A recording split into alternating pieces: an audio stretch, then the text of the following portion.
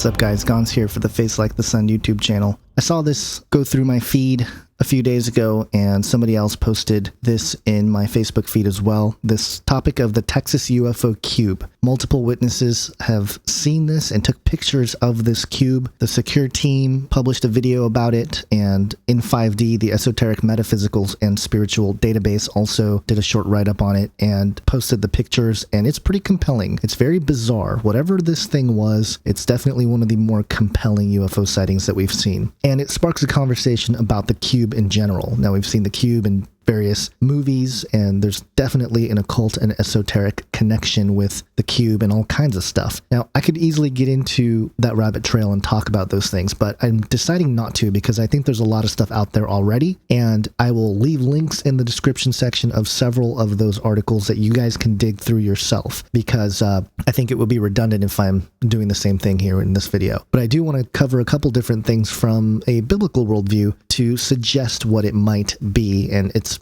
pure speculation on my part, and I think for all of us, we don't exactly know what this is, but there are some theories out there, and I just want to provide what I think about it. And again, I could be totally wrong, but you know, it's something that I think should be considered. Just toss it in with the mix of theories that are out there. So to begin, the first thing I want to point out is that this cube is seen in the clouds. Now, there was another UFO sighting a few days ago where somebody captured some weird lights in the clouds, and here's the video. You can see that these weird beams of light, almost seems like reflections, are seen coming out of the cloud, and this is very bizarre. Some people have suggested that this is Project Bluebeam, perhaps. Others have suggested that this is interdimensional portals opening. I don't know exactly what it is, but stuff's happening in the clouds, and this cube also appeared in the clouds. And I think this is really interesting because there is a really important aspect of the cloud in the Bible. And to start off, most people are familiar with the pillar of cloud by day, you know, the pillar of fire by night that guided the Israelites out of Egypt and led them, you know, around the desert for 40 years. That's an interesting reference to this pillar of cloud leading them. And, you know, I think a lot of people are quick to come to conclusions to suggest that because there is a connection to, let's say, the cult of Saturn or the cult of El, which relates to Saturn and cube worship, that therefore this Yahweh God in the Bible is also the same God. Therefore, you know, Christians or the Jews or whoever are worshiping this cube God, right? But I don't think that's what's going on. And actually, Dr. Michael Heiser, who was the academic editor at Logos Bible Software, he has an article called "What's Ugaritic Got to Do with Anything?" And he talks about this, and I think he clarifies what's going on here. Now, I'm not going to read the article. You guys can read it yourself. It's actually very compelling. He's very good with understanding the Semitic languages, and he talks specifically about the Ugaritic language. And in the Ugaritic text, there is, in the religious context, the reference to Bale.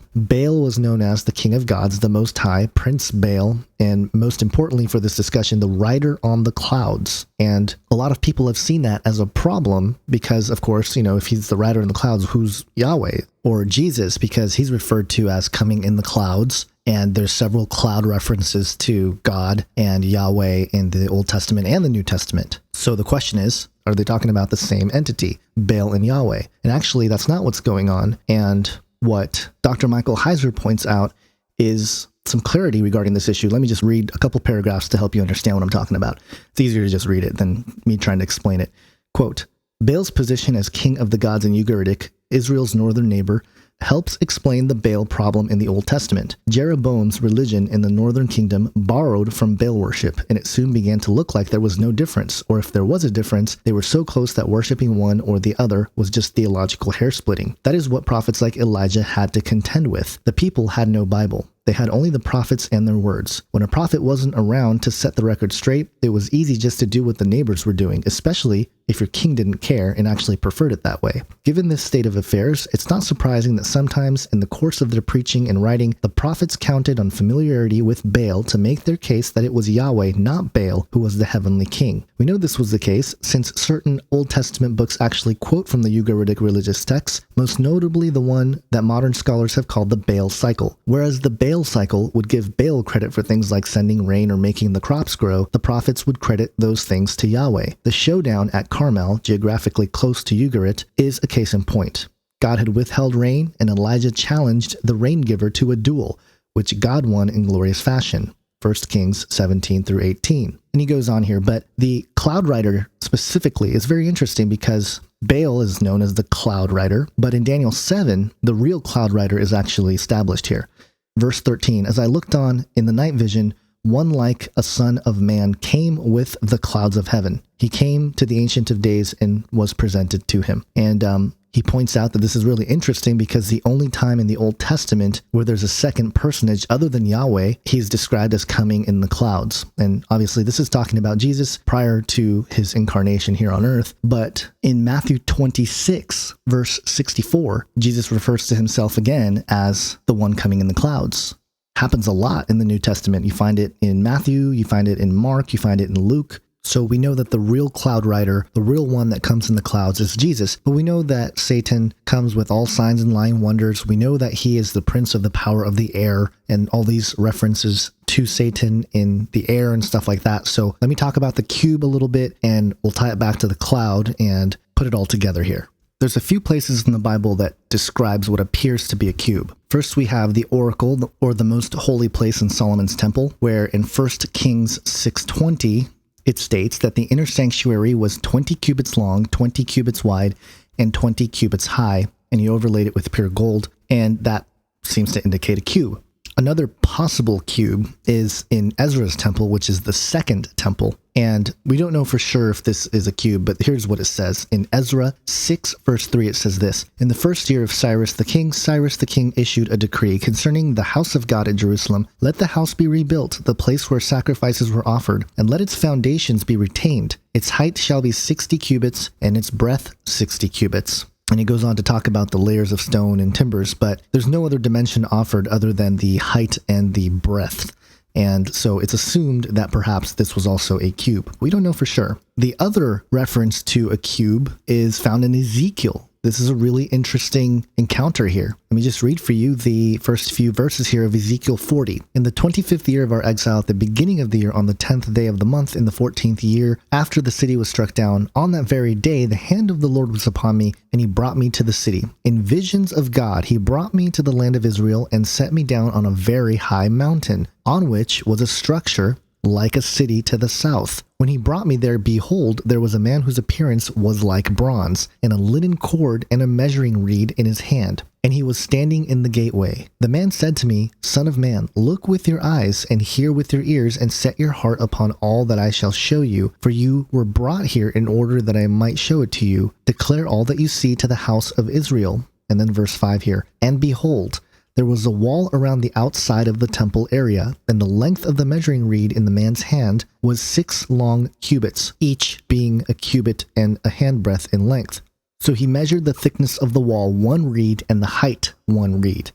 And so there you go. You have sort of a small cube, but it's a potential cube here as well in this vision, which is very interesting as well. So those are a couple places where there's a cube mentioned, and there seems to be a connection to the heavenlies, to God, and perhaps the cube represents higher dimensions appearing in our lower third dimension. But that's kind of a speculative thing there. The one that I think everyone knows about is in Revelation 21, where it talks about the New Jerusalem. Verse 15 and on, quote, And the one who spoke with me had a measuring rod of gold to measure the city and its gates and walls. The city lies 4 square, its length the same as its width. And he measured the city with his rod, 12,000 stadia. Its length and width and height are equal. He also measured its walls 144 cubits by human measurement, which is also an angel's measurement.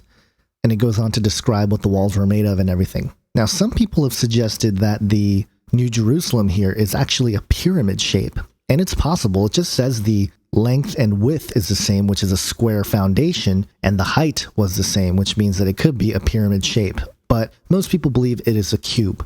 And I tend to think and lean towards this idea that it's a cube. Douglas Krieger, who's a friend of ours, suggested that maybe it's a cube in the higher dimensions, but it appears as a pyramid in our dimension. And you might want to ask him what he means by that. I don't quite understand the details of why he would say that. But the point is that this cube is the New Jerusalem. It's where God dwells. Okay, so now that we have an idea of what God's potential cube, his New Jerusalem, what that looks like and what it is, let's look at this other possibility. We know that Satan comes with all signs and lying wonders. And so we can expect that he will have some sort of counterfeit here. But we can expect it from ancient times as well. Now, a lot of researchers have looked at the Epic of Gilgamesh and compared that mythology to the flood of Noah, suggesting that perhaps Gilgamesh was actually Noah. But there's a very interesting distinction between the ark of the Epic of Gilgamesh and Noah's flood. The biblical ark is, 300 by 50 by 30 cubits. It's, in the shape of kind of a boat, long sort of rectangular shape. The ark from the Epic of Gilgamesh is a cube. Now, let me read for you part of the Epic of Gilgamesh, the flood myth section. This comes from Tablet 11, and it comes from Kovacs, the Epic of Gilgamesh. Here's what it says.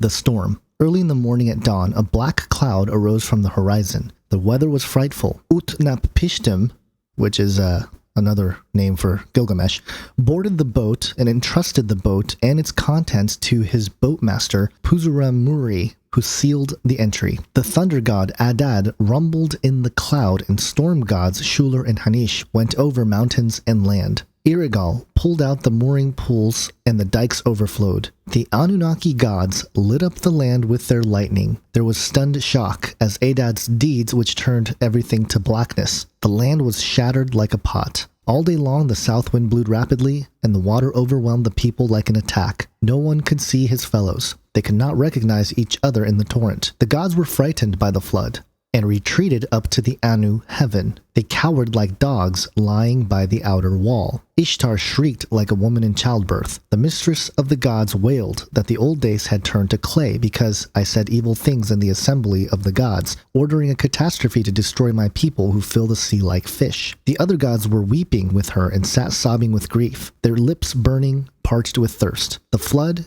and wind lasted 6 days and 6 nights, flattening the land. On the 7th day, the storm was pounding intermittently like a woman in labor. Now, a couple things that really stood out to me was that first off, of course, Gilgamesh is in this cube. But second, it talks about how the gods were frightened by the flood and retreated up to the Anu heaven. Now, this means they went up to heaven. Now, I know Zacharias Sitchin and others that have followed have suggested that maybe this is representing during the flood, they went up in a UFO and, were safe or whatever. Quite possible. I don't know. But in terms of going up, I find that interesting. And the connection point here with Gilgamesh and his cube is that before the flood came, it talks about how Gilgamesh was basically given instructions to build this ark. And one of the things that he is told is that the boat must have equal dimensions with corresponding width and length to be covered over like Apsu boats. Now, why would they say that? Why would they suggest that? Because if they were so smart and if they were really gods, don't you think that they would have something more efficient in water? Cube isn't the most efficient thing in the water. So that's what I found interesting. And the other part of it is that, of course, once the flood subsides, it lands on this mountaintop, which is very similar to the Noah story. But the point here that I wanted to make is that there is this reference, this old Sumerian reference to the cube in conjunction with the ark. And you have these assembly of gods telling Gilgamesh what to do and how to make this ark, and it's a cube shape. And subsequently, these gods retreat up into the heavens, frightened during the flood. So I am suggesting that perhaps there is a connection point here between these suggested gods and this idea. The reason why Gilgamesh's ark was a cube was because he was actually told by these Anunnaki gods to create this ship in the same way that their crafts are from, wherever, the other dimensions or whatever it looks like.